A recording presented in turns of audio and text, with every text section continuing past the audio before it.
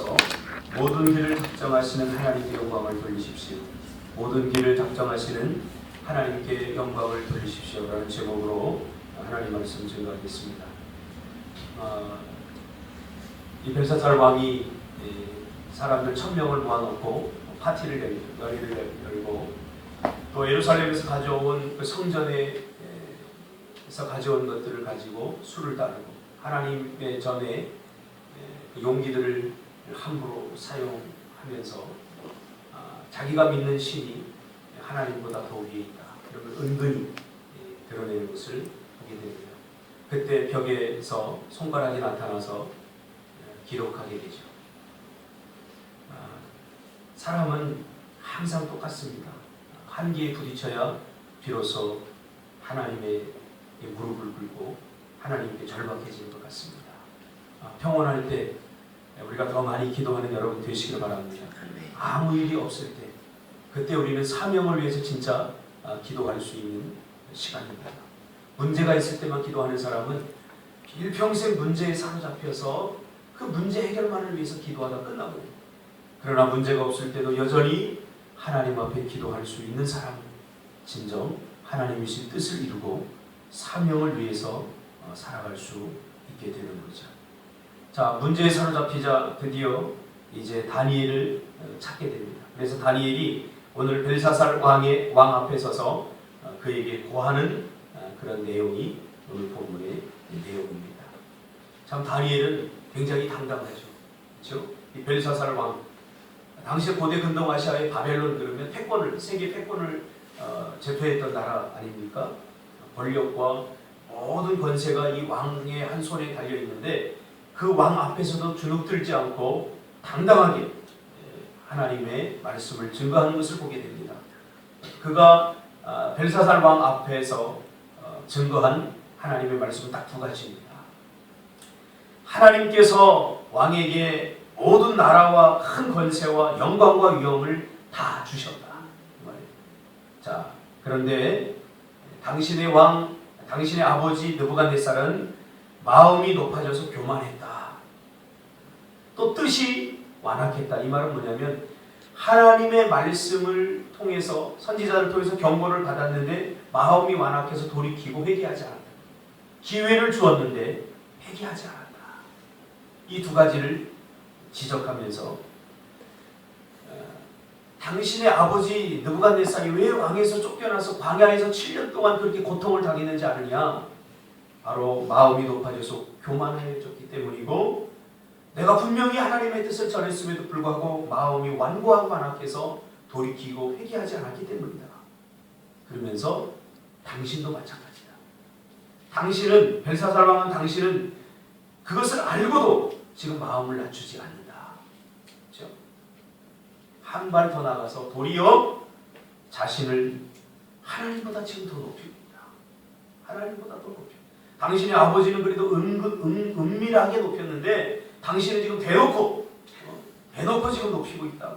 이것보다도 교만한 일이 어디 있냐 하면서 이 벨사살 왕을 책망하고 있죠. 여러분 우리에게는 이런 당당함이 있어야 됩니다. 세상 왕들에게, 세상의 그 주권자들에게, 세상 왕들 그러니까 대통령만 의미하는 게 아니에요. 물질. 오늘 많은 그리스도인들이 물질 앞에 물질이 우리 인생의 왕 아닙니까? 만몬이지 이런 것. 그런 것 앞에 우리가 무릎 꿇고 있지 않습니까? 그러나 당당하게 하나님과 동행했던 이 다니엘은 당당하게 그 앞에서 하나님의 뜻을 밝히는 것을 보게 됩니다.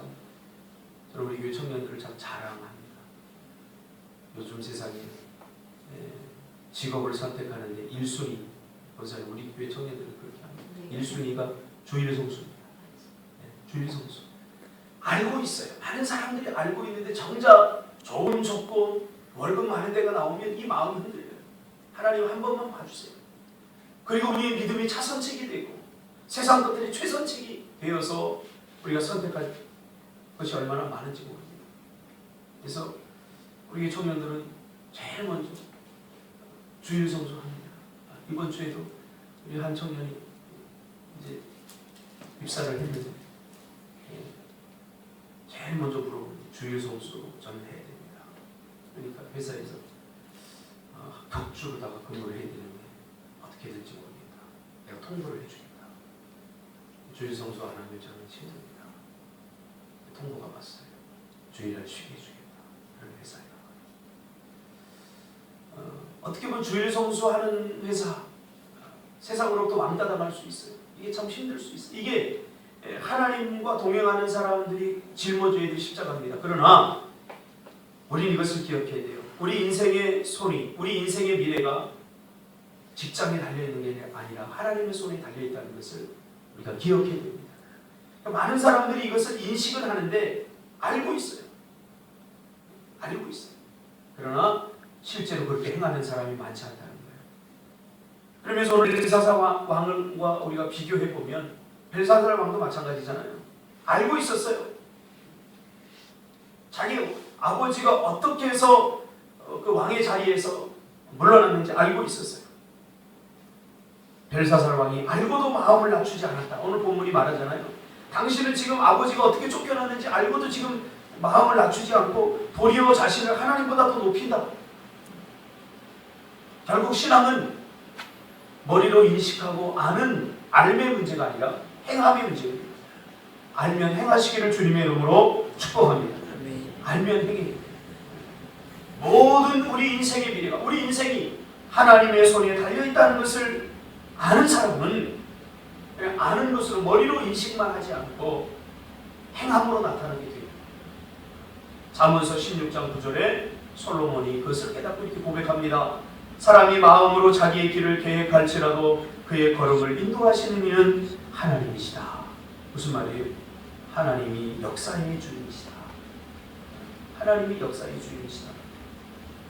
여러분 오늘 하루도 이 하나님과 동행하시기를 바랍니다.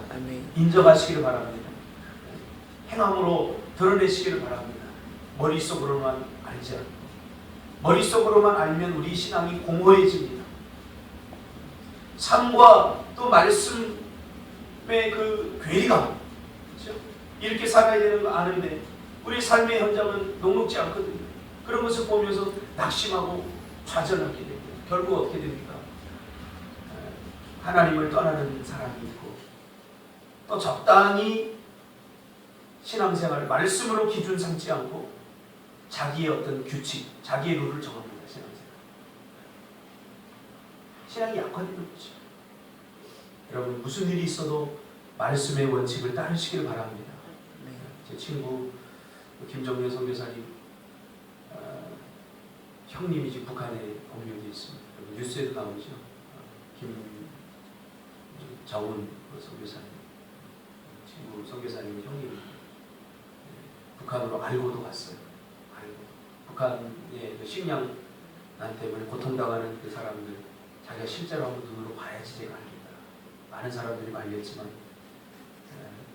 선교를 갈 때는 사실은 순교하러 가는 거 아닙니까? 참. 근데 우리는 선교하러 가면 목숨부터 살리게 되는 거죠. 욕먹어요.